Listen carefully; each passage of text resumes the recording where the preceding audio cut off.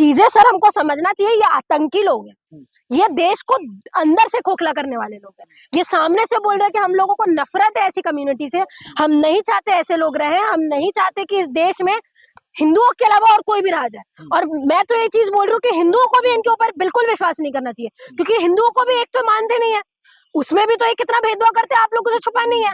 आप देख रहे हो लगातार दलितों के साथ में, शूद्रों के साथ में क्या हो रहा है, हर जगह तो पीड़ित हो रहा है। तो कितने परसेंट लोगों के, 3% लोगों की सरकार बनाना चाहते हो, 3% लोग यहाँ पे रहे और साथ में कैपिटलिस्ट लोग यहाँ पे रहे। कमाल की, भरोसा नहीं है अब। बिल्कुल नहीं। हाँ। बिल्कुल नहीं है सर। हाँ। किस पे भरोसा किया जाए? मैंने आपको इतनी सारी चीजें गिनाई ना। ना हमको सुप्रीम कोर्ट पे भरोसा रह गया। एक वक्त था जब हम लोग को लगता था कि कोई बात नहीं यार, कोर्ट तो है, हमको उसके ऊपर तो विश्वास है। लेकिन वही आप देख सकते हैं सूर्यकांत, जो अभी हमारे सीजीआई हैं, वो यूजीसी के लिए बोलते हैं पहले, जब वो सीजीआई नहीं बने थे, कि हाँ रेगुलेशन ऐसे आने चाहिए। सीजीआई बनने के बाद में वो स्टे लगवा देता है। ये दोगला चले तो दिखाता है कि नहीं दिखाता है? और यही जो आपकी पुलिस है, वो भी दोगला चरित्र दिखाती है लगातार अपना, कि ऑपोजिशन के लीडर को उठा के लेके जाओ, ऑपोजिशन के ऊपर सारी चीजें करो, और जो सिटिंग लोग हैं उनके ऊपर कुछ मत करो। तो इतना समझने के बाद भी लोग बेवकूफ है एक्चुअली। मैं सीधा मुंह पे बोल रही हूँ, लोगों को समझ में नहीं आता। लोगों को पता है लगातार हम पिट रहे हैं, कुट रहे हैं, सब कुछ हमारे खिलाफ में हो रहा है। लगातार जो देश की बात कर रहे हैं उनको जेलों में डाला जा रहा है। दीपक के ऊपर इतना सब कुछ हो जाता है, सोनम वांगचुक के ऊपर इतना सब कुछ हो जाता है। आप लोग अंधे बन के बैठे हो, आपको लग रहा है हमारे घर में आग नहीं लगने वाली है, पर बिल्कुल लगेगी। सब लपेटे में आएंगे, सरकार सबको मारेगी। और मैं तो बोल रही हूँ, अगर इतने में भी समझ में नहीं आ रहा तो आ जाना चाहिए एक बार और बीजेपी को, थोड़ा और लात मार ले। वो होता है ना, माँ बाप मारते हैं ना बच्चे को, कब तक मारते हैं?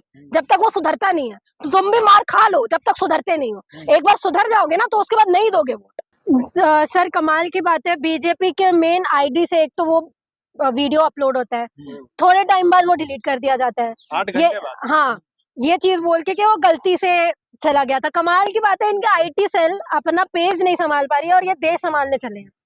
दूसरी बात हेमंत, ये कमाल की बात है, उनको किसी चीज का डर नहीं है। लगातार बयान पे बयान देते जा रहे हैं। वो कभी बोलते हैं कि 4 रुपए तो मुसलमानों को 5 रुपए की जगह, कभी बोलते हैं गोली से ही उड़ा दो। फोटो में जैसे उन्होंने फायरिंग करते हुए दिखाई, गोली ही मार दो।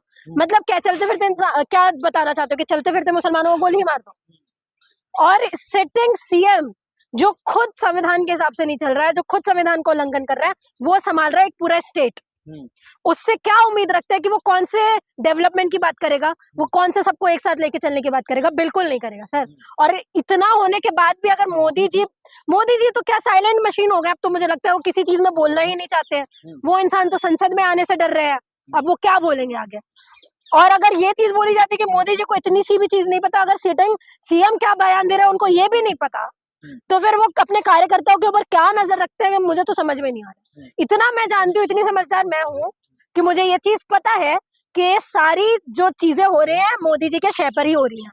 मोदी जी को सब कुछ पता है। मोदी जी ने ऐसे लोगों को बिठा दिया है कि आप अपने नफरती बयान लगातार देते रहिए, ठीक है? हमको, क्योंकि हमारे पास तो कोई मुद्दा ही नहीं है, किस बारे में हम वोट लेंगे? हमको इलेक्शन, भाई इलेक्शन सर पे आ रहा है, हमको हिंदू मुसलमान तो करना ही है ना। मुसलमान को परेशान करना है, जब तक मैं रहूंगा परेशान होंगे। कैसे करोगे? आप एक तरफ ये चीज बोल रहे थे कि बांग्लादेशी मुसलमानों के साथ में हम ये सारी चीजें करेंगे। आप डिफरेंस कैसे निकालोगे बांग्लादेशी मुसलमानों को और इंडिया के जो मुसलमान है, यहाँ के नेटिव लोग, उनको कैसे डिफरेंशिएट करोगे? कौन बांग्लादेशी है, कौन इंडिया के?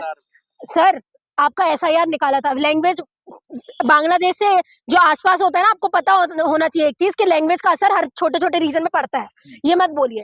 दूसरी चीज, आप एसआईआर करवा रहे थे बांग्लादेशी मुसलमानों को हटाने के लिए, ये चीज बोली गई थी। तो एसआईआर के जरिए कितने बांग्लादेशी मुसलमान हट गए, आप मुझे बता दीजिए। जो यहाँ के लोग हैं उनके नाम नहीं आ रहे हैं एसआईआर में भाई।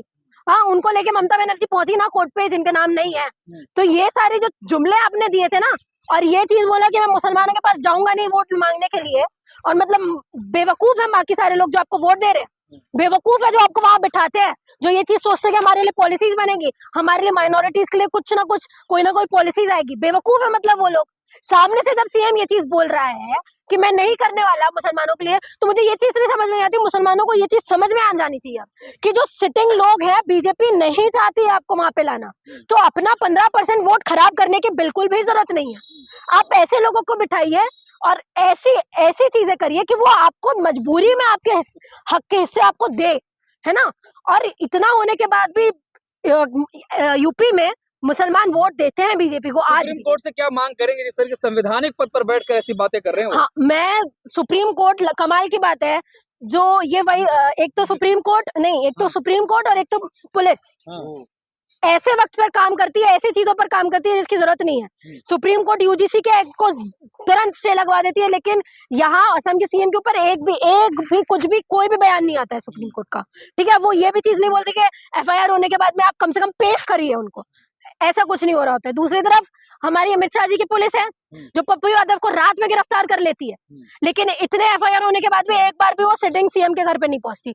पप्पू यादव भी तो सिटिंग मिनिस्टर है ना, उनके घर में आधी रात में पहुंच जाते हैं आपके पूरे हाँ सॉरी एमपी है ना, सिटिंग सांसद है ना, तो फिर आप वहां तो पहुंच जाते हैं, लेकिन आप सीएम के यहाँ पे नहीं पहुंच पाते। क्यों? क्योंकि पता है ना, क्योंकि अरे वो तो बीजेपी से लिंक्ड है, ऊपर फोर फादर बैठे हुए हैं हमारे बचाने के लिए, मोदी जी, अमित शाह जी हमको बचा लेंगे।